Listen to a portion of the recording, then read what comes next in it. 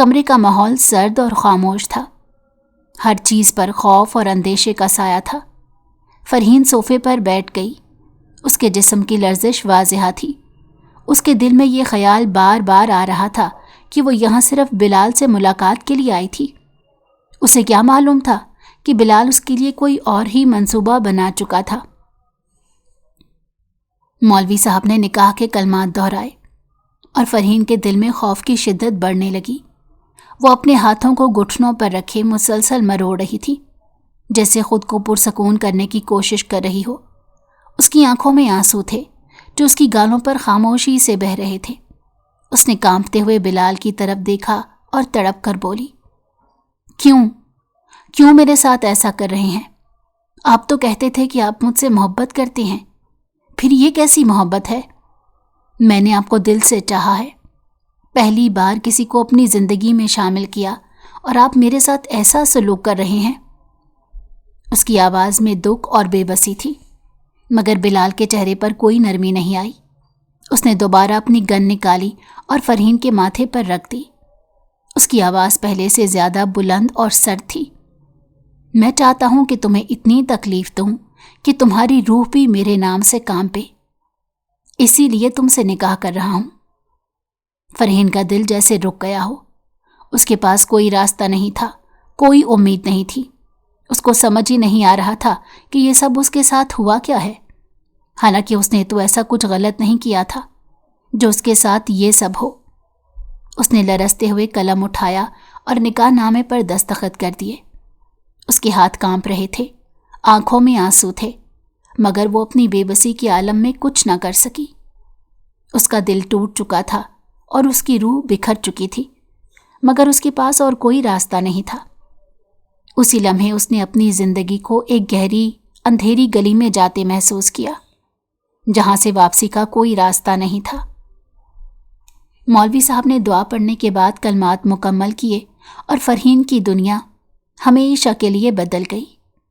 بلال نے گن نیچے کی، مگر اس کی آنکھوں میں وہی سختی اور بے رحمی تھی۔ فرحین کی آنکھوں میں اب صرف خالی پن تھا، جیسے اس کے اندر کچھ بھی باقی نہ رہا ہو۔ وہ صوفے پر بیٹھی رہی، بے حس و حرکت، جیسے اس کی روح اس کے جسم کو چھوڑ چکی ہو۔ بلال نے گواہوں کو جانے کا اشارہ کیا اور کمرہ ایک بار پھر خاموش ہو گیا۔ فرحین کے دل میں صرف ایک سوال گونج رہا تھا، کیا یہ وہی محبت تھی جس کے خواب اس نے دیکھے تھے؟ کیا یہ وہی شخص تھا جس کے لیے اس نے اپنے دل کی دھڑکنوں کو بیچ دیا تھا؟ وہ اب اس سوال کا جواب کبھی نہیں جان سکے گی۔ اس کو بار بار اپنے ماں باپ کا خیال آ رہا تھا، اس کی ماں کی آخری بار کی نصیحتیں، ان کا ڈرا سہما لہجہ، وہ سب یاد کر کے اسے شدت سے رونا آیا تھا۔ اس نے ایک قہر آلود نگاہ بلال خان پر ڈالی تھی۔ اس کا دل کیا کہ وہ اس خوبصورت چہرے والے انسان کا نقشہ بگاڑ دے، مگر وہ بے حد مجبور تھی۔ وہ بلال خان سے اس حد تک خوفزدہ ہو گئی تھی کہ اس کی جانب گھور کر دیکھ بھی نہیں پا رہی تھی۔ نکاح مکمل ہوتے ہی بلال نے فرحین کا بازو سختی سے پکڑا اور اسے اپنے ساتھ گھسیٹتا ہوا خان حویلی کی طرف لے کر چل پڑا۔ فرحین کے قدم لڑکھڑانے لگے تھے، مگر بلال نے اس کی ایک نہ سنی۔ راستہ لمبا اور ویران تھا، شام کا دھندلکا ہر چیز کو دھندلا کر رہا تھا۔ سڑک کی دونوں جانب پرانے درخت تھے جن کے پتوں کی سرسراہٹ ماحول میں ایک عجیب سا خوف پیدا کر رہی تھی۔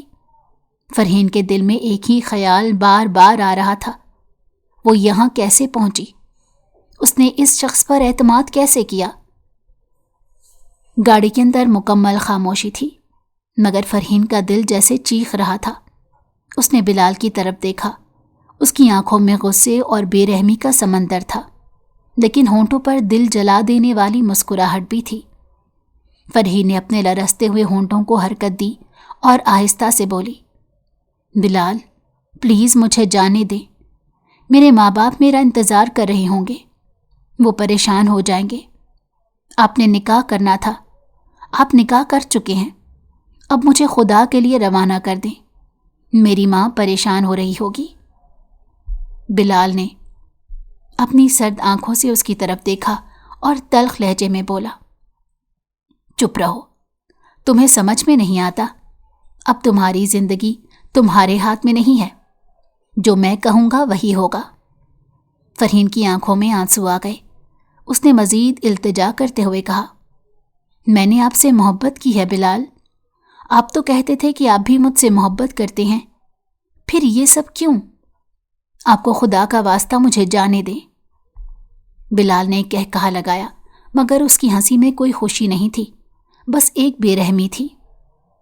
محبت؟ تمہیں لگتا ہے کہ میں تم سے محبت کرتا ہوں؟ یہ سب صرف ایک کھیل تھا، اور اب یہ کھیل میرے مطابق چلے گا، اور تمہیں بہت جلد پتہ چل جائے گا کہ یہ نکاح میں نے کیوں کیا ہے، تم سے رابطہ کرنے کا مقصد کیا تھا۔ فرحین کی روح جیسے کانپ گئی۔ وہ اس کے انداز سے سمجھ گئی تھی کہ معاملہ کچھ اور ہے۔ نہ جانے کیوں اسے یہ معاملہ اپنے باپ سے منسلک لگ رہا تھا۔ اس نے گاڑی کے شیشے سے باہر دیکھا، آنکھوں میں خوف تھا، مگر کوئی راستہ نظر نہیں آ رہا تھا۔ وہ جانتی تھی کہ بلال اس کی کوئی بات نہیں سنے گا، مگر دل میں کہیں نہ کہیں امید کا دامن تھامے بیٹھی تھی۔ خان حویلی قریب آ رہی تھی، ایک بڑی پرانی حویلی جس کی دیواریں وقت کی مار سہتے سہتے پرانی ہو چکی تھیں۔ گیٹ کے پاس پہنچتے ہی گاڑی رکی اور بلال نے تیزی سے دروازہ کھولا۔ اس نے فرحین کا بازو پکڑ کر زور سے کھینچا اور حویلی کے اندر لے آیا۔ فرحین کی سانسیں تیز ہو رہی تھیں۔ دل میں خوف کا ایک طوفان برپا تھا۔ وہ لوگ لاؤنج میں پہنچے تو وہاں پر کئی لوگ بیٹھے ہوئے تھے۔ وہ سب یکدم اپنی جگہ سے کھڑے ہو گئے اور ان کی آنکھوں میں نفرت کی جھلک صاف نظر آنے لگی۔ فرحین کو لمحے میں ہی یہ بات محسوس ہو گئی تھی کہ یہاں موجود ہر شخص اس سے واقف ہے۔ ان کی آنکھوں میں موجود نفرت یہ جتانے کے لیے کافی تھی۔ اس پل فرحین نے دل سے دعا کی تھی کہ کہیں سے بھی اس کے بابا یہاں آ جائیں، ورنہ یہاں موجود ہر شخص کے تاثرات اس کو یہ بتا چکے تھے کہ اب اس کے لیے رہائی ممکن نہیں ہے۔ اس نے پلٹ کر بلال کی جانب دیکھا تو اس کے چہرے پر موجود سفاکیت بھرے تاثرات اس کو کانپنے پر مجبور کر چکے تھے۔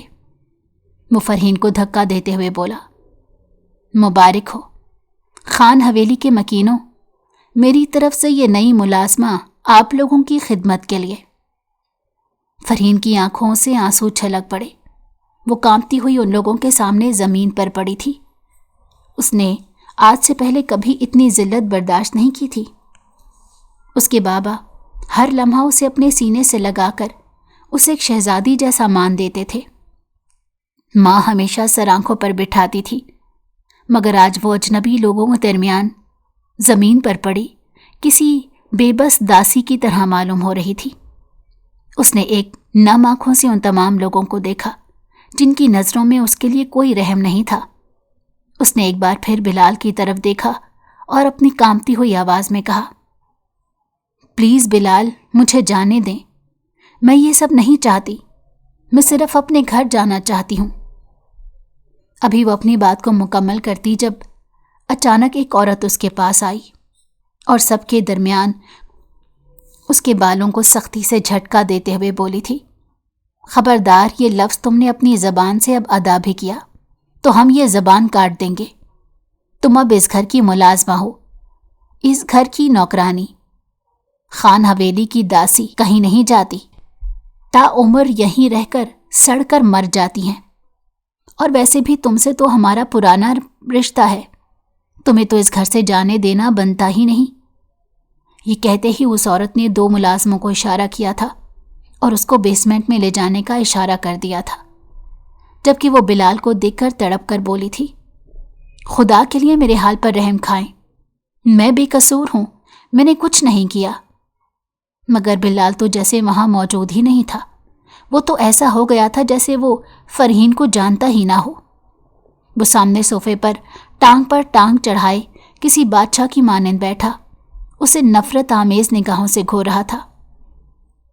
وہ دونوں ملازمہ اسے گھسیٹ کر بیسمنٹ کی جانب لے گئی تھی۔ وہ لاکھ چلائی تھی، لاکھ احتجاج کیے تھے، لیکن کسی نے بھی اس کی پرواہ نہیں کی تھی۔ ہر شخص اس سے منہ موڑ چکا تھا۔ کسی کو بھی ایک بار یہ خیال نہیں آیا تھا کہ وہ لڑکی انسان ہے اور اپنے سینے میں دل رکھتی ہے۔ وہاں موجود ہر شخص جانور بن چکا تھا۔ ان ملازماؤں نے اسے بے دردی سے بیسمنٹ میں پھینک دیا اور اس کو تالا لگا کر واپس اپنے کام میں مگن ہو گئی۔ اس نے خوب دروازہ پیٹا، شور مچایا، لیکن نہ اس کی کوئی بات سنی گئی تھی اور نہ ہی کسی نے درد سنا تھا کہ وہ کتنی اذیت میں مبتلا ہے۔ فرحین نے رات کا بیشتر حصہ اندھیرے اور سردی میں گزارا۔ بیسمنٹ کی دیواریں نمی سے بھری ہوئی تھیں اور ہر طرف ایک گہری خاموشی کا راج تھا۔ اس کی چیخیں دیواروں سے ٹکرا کر واپس آ رہی تھیں، مگر کسی نے اس کی آواز پر دھیان نہیں دیا۔ اس کا گلا درد سے چور ہو چکا تھا اور آنکھوں سے مسلسل بہتے آنسو اس کے گالوں پر سردی سے جم چکے تھے۔ رات کی تاریکی میں اسے احساس ہوا کہ اس کے ارد گرد کی دنیا کتنی بے رحم ہو سکتی ہے۔ صبح صادق کا وقت آیا تو تھکن سے چور فرحین کی آنکھ لگ گئی، مگر نیند بھی سکون نہیں دے سکی۔ اچانک بیسمنٹ کا دروازہ کھلا۔ دروازے کی آواز نے فرحین کو جھنجھوڑ کر جگا دیا۔ وہ ہڑبڑا کر اٹھ بیٹھی اور خوف سے دروازے کی طرف دیکھا۔ بینش بیگم، جو کل اسے زبردستی یہاں لائی تھی، دروازے پر کھڑی تھی۔ ان کے چہرے پر غصے کی لکیریں واضح تھیں۔ فرحین کے دل کی دھڑکن تیز ہو گئی، جیسے کوئی خطرہ قریب آ رہا ہو۔ بینش تیز قدموں سے چلتی اس کے قریب آئیں اور بنا کوئی موقع دیے ایک زوردار تھپڑ اس کے چہرے پر مارا۔ فرحین کے گال پر جلن کی شدت سے وہ لرز اٹھی۔ بینش بیگم نے اس کے بالوں کو زور سے پکڑا اور کھینچتے ہوئے اسے کھڑا کیا۔ فرحین کی آنکھوں میں خوف تھا اور اس کی سانسیں اکھڑ رہی تھی۔ بینش بیگم سرد لہجے میں بولی، تمہاری ماں کو لگتا تھا کہ وہ اس دنیا کی سب سے خوبصورت عورت ہے۔ اس نے اپنی اس خوبصورتی سے میری پوری دنیا تباہ کر دی۔ اب میں تمہیں بتاؤں گی کہ میں اس کی بیٹی کو کس طرح تباہ کروں گی۔ فرحین حیران اور پریشان نظروں سے ان کی طرف دیکھتی رہی۔ اسے بینش بیگم کی باتوں کا مفہوم سمجھ نہیں آیا۔ وہ کیوں اس کی ماں سے اتنی نفرت کرتی تھی؟ فرحین کے دل میں سوالات کا ہجوم تھا، مگر وہ بول نہ سکی۔ بینش بیگم نے اس کی کلائی تھامی اور اسے بیسمنٹ سے باہر کھینچتے ہوئے لے گئی۔ فرحین کے قدم لڑکھڑا رہے تھے، مگر بینش بیگم نے اسے کوئی مہلت نہ دی۔ وہ سیدھی اسے کچن میں لے آئیں اور سنک کی طرف دھکا دیا۔ ابھی کے ابھی پورے خاندان کے لیے ناشتہ تیار کرو اور پھر پورا کچن صاف کرو۔ اس کے بعد اگلا کام میں تمہیں خود دوں گی۔ فرحین نے گھبرا کر کہا، مجھے کام کرنا نہیں آتا، میں کھانا پکانا نہیں جانتی۔ مگر اس کی بات مکمل ہونے سے پہلے ہی بینش بیگم نے ایک اور تھپڑ اس کے گال پر رسید کیا۔ ان کی انگلی فرحین کی طرف اشارہ کر رہی تھی اور ان کی آنکھوں میں سرد مہری تھی۔ یہ میرا مسئلہ نہیں ہے کہ تمہیں کھانا پکانا آتا ہے یا نہیں۔ ناشتہ بناؤ گی تو تم ہی، اور اگر 2 گھنٹے میں تم نے سب کے لیے ناشتہ نہیں بنایا تو یاد رکھنا تمہاری موت میرے ہاتھوں ہوگی۔ یہ کہہ کر بینش بیگم کچن سے باہر نکل گئی، جبکہ فرحین زمین پر گر گئی۔ اس کے آنسو تھمنے کا نام نہیں لے رہے تھے۔ وہ خود کو سنبھالنے کی کوشش کر رہی تھی، مگر حالات کی سنگینی نے اسے توڑ دیا تھا۔ فرحین کے دل میں اب یہ بات واضح ہو چکی تھی کہ یہ سب اس کی ماں سے جڑا ہوا ہے، نہ کہ اس کے باپ سے۔ وہ بس ایک ہی دعا کر رہی تھی کہ اس کے ماں باپ کسی طرح اس کی تلاش میں یہاں پہنچ جائیں اور اسے اس قید سے نجات دلائیں۔ فرحین کی آنکھوں میں آنسو رواں تھے اور اس کا دل دعا کر رہا تھا کہ کہیں سے کوئی مدد آ جائے، مگر اس کے آس پاس صرف خاموشی تھی اور وہ خود کو اس بے رحم دنیا میں تنہا محسوس کر رہی تھی۔ فرحین زمین پر بیٹھی پھوٹ پھوٹ کر رو رہی تھی۔ اس کی سسکیاں کچن کی دیواروں سے ٹکرا کر واپس آ رہی تھیں اور وہ خود کو بے بس محسوس کر رہی تھی۔ آنکھوں سے بہتے آنسو اس کی گالوں پر ایک نشان مستقل چھوڑ گئے تھے۔ اس کا دل خوف اور بے یقینی سے بھرا ہوا تھا۔ وہ نہیں جانتی تھی کہ اسے اب کیا کرنا چاہیے۔ نہ تو اسے کھانا پکانا آتا تھا اور نہ ہی کچن کے دیگر کاموں میں مہارت تھی۔ اس کی بے بسی اس کی ہر حرکت سے عیاں تھی۔ اچانک اسے قدموں کی آواز سنائی دی جو دھیرے دھیرے اس کے قریب آ رہی تھی۔ وہ خوفزدہ ہو کر سسکتے ہوئے اپنا سر اٹھا کر دیکھنے لگی۔ سامنے کوئی اور نہیں بلکہ بلال خان تھا۔ اس کے چہرے پر ایک دل جلانے والی مسکراہٹ سجی ہوئی تھی جو فرحین کے دل میں ایک اور خوف کا اضافہ کر گئی۔ وہ کچن کے دروازے پر کھڑا تھا۔ اس کے چہرے پر ایک صفاقی کا سایہ تھا جو کسی بھی ہمدردی کے جذبے سے عاری تھا۔ اس نے فرحین کی طرف ایک لمحے کے لیے دیکھا، پھر ایک ٹھہرے ہوئے قدم کے ساتھ اس کے قریب آ گیا۔ بلال نے ایک طنزیہ مسکراہٹ کے ساتھ کہا، کیا ہوا فرحین؟ یہ آنسو کس بات کے لیے ہیں؟ کیا تمہیں اندازہ نہیں تھا کہ یہاں آ کر تمہیں زندگی گزارنے کے لیے کچھ کرنا پڑے گا؟ یا تمہیں لگتا تھا کہ تمہیں یہاں شہزادیوں کی طرح رکھا جائے گا؟ فرحین نے اپنے آنسو پونچھتے ہوئے کانپتی ہوئی آواز میں کہا، میں نہیں جانتی تھی کہ آپ لوگ میرے ساتھ ایسا سلوک کریں گے۔ مجھے کچھ نہیں آتا۔ میں نے کبھی سوچا بھی نہیں تھا کہ میری زندگی یوں بدل جائے گی۔ براہ کرم مجھے جانے دیں، میرے ماں باپ میرا انتظار کر رہے ہوں گے۔ بلال کی آنکھوں میں سرد مہری تھی۔ وہ فرحین کے قریب جھک کر بولا، تمہیں پتا ہے تمہاری ماں نے کیا کیا تھا؟ وہ ایک چالاک عورت تھی جو دوسروں کے گھروں میں آگ لگاتی تھی، اور تم اسی کی بیٹی ہو۔ تمہاری جگہ یہی زمین ہے، یہاں ہمارے حکموں پر چلنے کے لیے۔ فرحین نے بے یقینی سے بلال کو دیکھا۔ اس کا دل جیسے کسی نے مٹھی میں جکڑ لیا تھا۔ اس کی آنکھوں میں آنسو پھر سے جمع ہو گئے۔ میری ماں نے کسی کا کچھ نہیں بگاڑا، وہ ایک نیک عورت ہے، آپ کیوں ان پر الزام لگا رہے ہیں؟ بلال نے کہا لگایا، تمہیں لگتا ہے کہ میں جھوٹ بول رہا ہوں؟ تمہیں نہیں معلوم تمہاری ماں نے میرے خاندان کے ساتھ کیا کیا تھا؟ وہ سب کچھ برباد کر گئی اور اب تمہیں اس کی سزا ملے گی۔ تمہیں میرے قدموں میں جھکنا ہوگا اور میں جو کہوں گا وہی کرنا ہوگا، تبھی میرے دل کو تسکین پہنچے گی اور میری ماں کو سکون ملے گا۔ وہ ناسمجھی سے اس کی باتیں سن رہی تھی۔ اسے کچھ سمجھ نہیں آ رہا تھا کہ وہ کہنا کیا چاہتا ہے۔ وہ بے ساختہ اس کے آگے ہاتھ جوڑتے ہوئے بولی، خدا کے واسطے مجھے جانے دیں، میں نے ایسا کچھ نہیں کیا۔ میں آپ سے وعدہ کرتی ہوں میں کبھی واپس نہیں آؤں گی، پلیز مجھے جانے دیں۔ میں آپ سے کبھی رابطہ نہیں رکھوں گی اور نہ ہی آپ کو میسج کروں گی، پلیز مجھے جانے دے دیں۔ میں نے کچھ نہیں کیا، میری امی نے بھی کچھ نہیں کیا۔ بلال نے فرحین کو نیچے سے اٹھاتے سختی سے کہا، یہاں سے نکلنے کا کوئی راستہ نہیں ہے، اور رہی تمہارے تعلق والی بات، تو تم تعلق رکھو یا نہ رکھو، تمہیں رہنا یہاں ہی ہے۔ فرحین کی آنکھوں میں آنسوؤں کی جھڑی لگی ہوئی تھی۔ اس کا دل جیسے کسی بھاری پتھر تلے دب گیا تھا۔ وہ سمجھ نہیں پا رہی تھی کہ اس کے ساتھ یہ سب کیوں ہو رہا ہے۔ اس نے کبھی کسی کا برا نہیں چاہا تھا، اور اب وہ خود اس حال میں دیکھ کر ٹوٹ چکی تھی۔ بلال نے ایک آخری نظر اس پر ڈالتے ہوئے کہا، اب ناشتہ تیار کرو، اور یاد رکھو اگر تم نے میرے حکم کی خلاف ورزی کی تو تمہیں اس کی بھاری قیمت چکانی پڑے گی۔ یہ کہہ کر وہ کچن سے نکل گیا، جبکہ فرحین کی بے بسی اور بڑھ گئی۔ فرحین نے کانپتے ہاتھوں سے کام شروع کرنے کی کوشش کی۔ اس کا دل دعاؤں سے لبریز تھا کہ کوئی اس کی مدد کو آ جائے، مگر اسے معلوم تھا کہ اس جگہ سے باہر نکلنے کا کوئی آسان راستہ نہیں تھا۔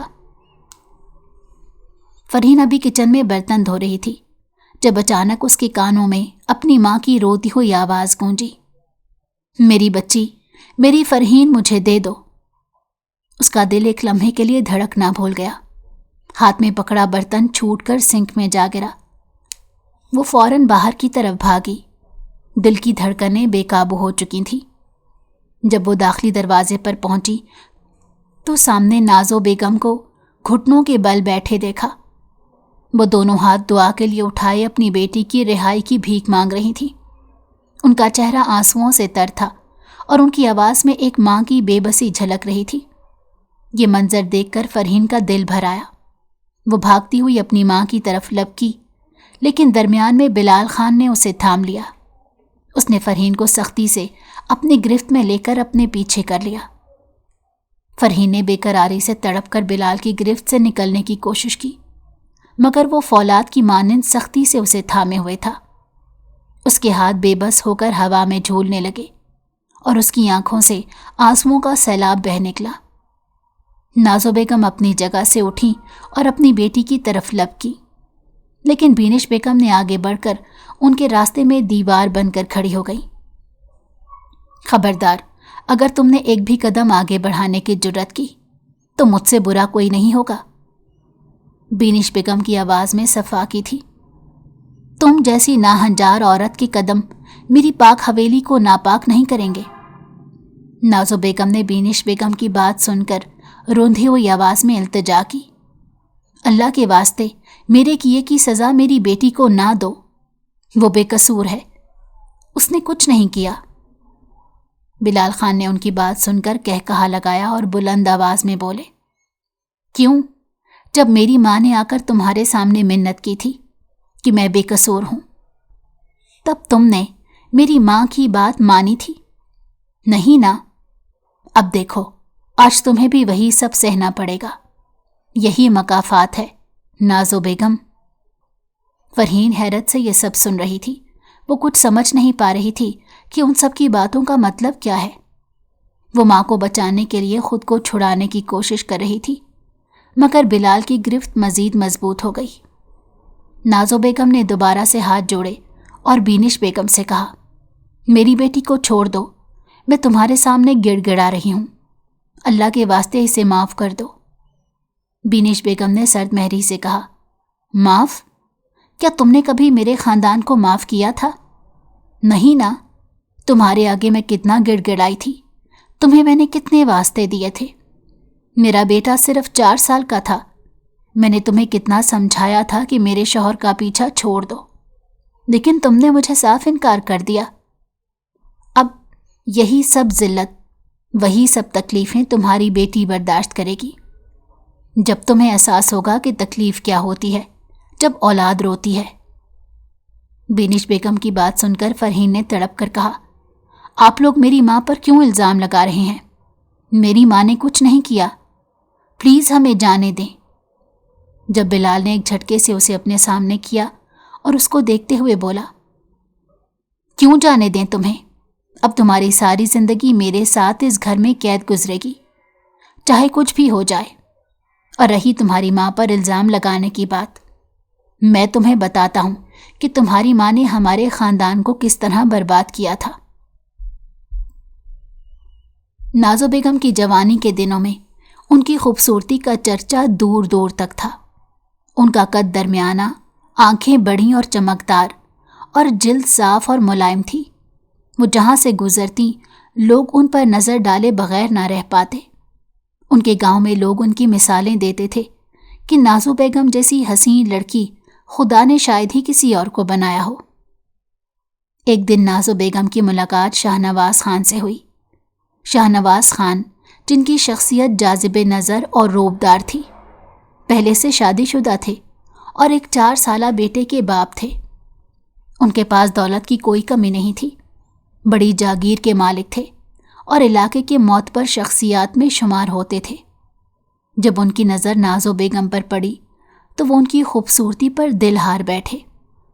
انہوں نے پہلی ہی ملاقات میں نازو بیگم سے اپنے دل کی بات کہہ دی۔ نازو بیگم کو معلوم تھا کہ شاہ نواز خان شادی شدہ ہیں، لیکن ان کی جائیداد اور دولت نے نازو کے دل میں لالچ بھر دیا۔ وہ ان کے ساتھ عشق کی پینگیں بڑھانے لگی۔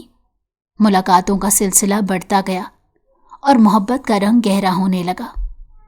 شاہ نواز خان اپنی بیوی اور بیٹے کو بھول کر نازو بیگم کی محبت میں گرفتار ہو گئے۔ انہوں نے اپنی بیوی بینش بیگم کو نظر انداز کرنا شروع کر دیا، جو ایک نرم دل اور خدا ترس اور صابر عورت تھی۔ بینش بیگم کی زندگی ایک نیا موڑ لے چکی تھی۔ شاہ نواز خان کی بے رخی اور سرد مہری بینش بیگم کو شدید تکلیف پہنچا رہی تھی۔ وہ گھر کے کونے میں بیٹھ کر دعا کرتی رہتی کہ ان کا شوہر ان کی طرف لوٹ آئے، لیکن ایسا کچھ نہیں ہوا۔ جب انہوں نے دیکھا کہ حالات دن بدن بدتر ہوتے جا رہے ہیں تو انہوں نے نازو بیگم کی حقیقت جاننے کی ٹھانی۔ وہ کسی بھی طرح اپنے خاندان کو بچانا چاہتی تھی۔ بینش بیگم، جو ایک شائستہ اور خدا پرست خاتون تھی،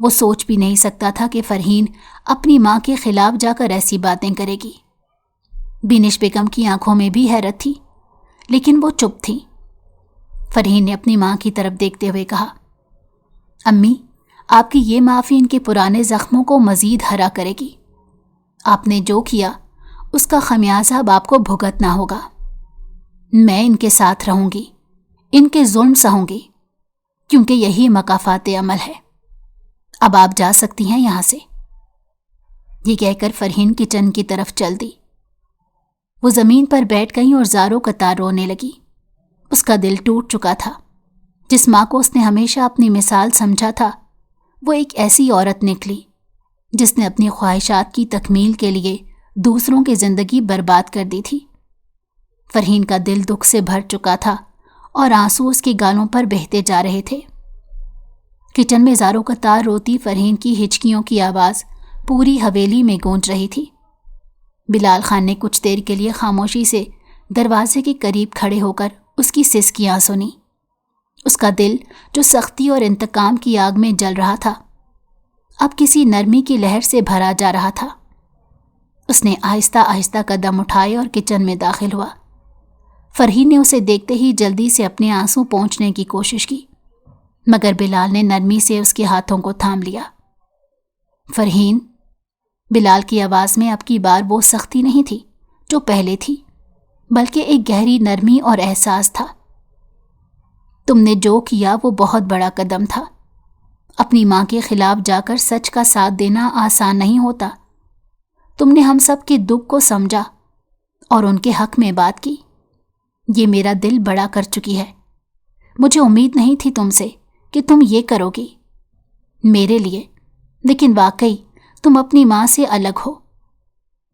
یہ کہتے ہی اس نے ایک محبت بھرا بوسہ اس کے ماتھے پر دیا تھا اور فرحین کی آنکھوں سے پھر آنسو بہنے لگے، لیکن اس بار یہ آنسو دکھ کے نہیں تھے بلکہ سکون کے تھے۔ بلال نے اس کا ہاتھ تھام کر اسے اٹھایا اور نرمی سے کہا، چلو باہر چلو۔ حویلی کے مرکزی ہال میں سب کی نظریں ان دونوں پر تھیں۔ بلال نے فرحین کا ہاتھ مضبوطی سے پکڑے رکھا اور سب کے سامنے بلند آواز میں بولا، یہ میری بیوی ہے۔ آج کے بعد یہ میری عزت اور میرا مان ہے۔ جو دکھ اس کی ماں نے آپ سب کو دیا وہ اس کی ذمہ دار نہیں ہے۔ اس نے سچ کا ساتھ دیا اور اپنی ماں کے خلاف جا کر آپ سب کا درد سمجھا۔ بینش بیگم جو اب تک خاموش کھڑی تھی آگے بڑھیں اور فرحین کو اپنے سینے سے لگا لیا۔ بیٹی، تم نے جو کیا وہ بہت ہمت کا کام تھا۔